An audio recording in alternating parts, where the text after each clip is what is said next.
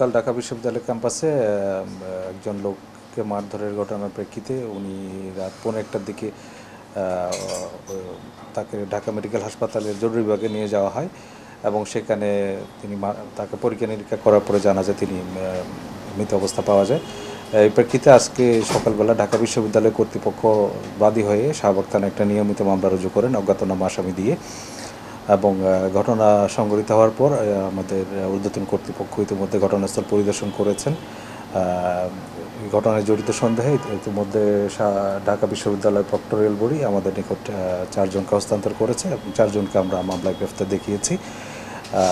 ইতিমধ্যে যিনি ভিকটিম তার সুরতহাল প্রতিবেদন তৈরি হয়েছে এবং পোস্টমর্টেম সম্পন্ন হয়েছে এবং তার মৃতদেহ তার স্বজনদের কাছে হস্তান্তর করা হয়েছে। এই ঘটনায় জড়িত যারা আছে তাদের বিষয়ে আমাদের তদন্ত অব্যাহত রয়েছে। ঘটনায় কী কারণে ঘটলো, কারা কারের সাথে জড়িত, তাদেরকে গ্রেফতার করে আইনের আওতায় নিয়ে আসার জন্য আমাদের শাহবাগ থানা পুলিশের পাশাপাশি আমাদের ডিবির একাধিক টিম মাঠে কাজ করছেন।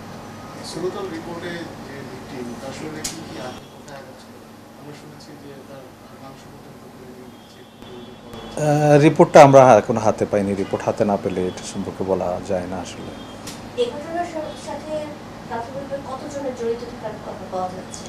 আমাদের বাতিল লিখিত এজাহার মোতাবেক অজ্ঞাতনামা লোকজন জড়িত ছিল এবং সংখ্যাটা হয়তো তদন্তে বেরিয়ে আসবে।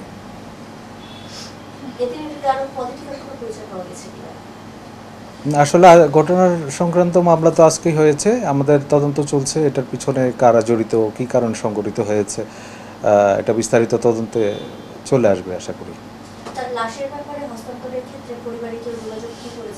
জি, ওনার আত্মীয় স্বজনের কাছে লাশ হস্তান্তর করা হয়েছে পোস্টমর্টম শেষে।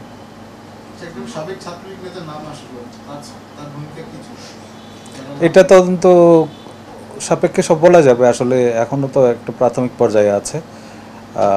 বিস্তারিত তদন্ত চললে কারা জড়িত কি এটা জানা যাবে। এটা তদন্তকারী কর্মকর্তা হয়তো চেষ্টা করবেন বের করার জন্য।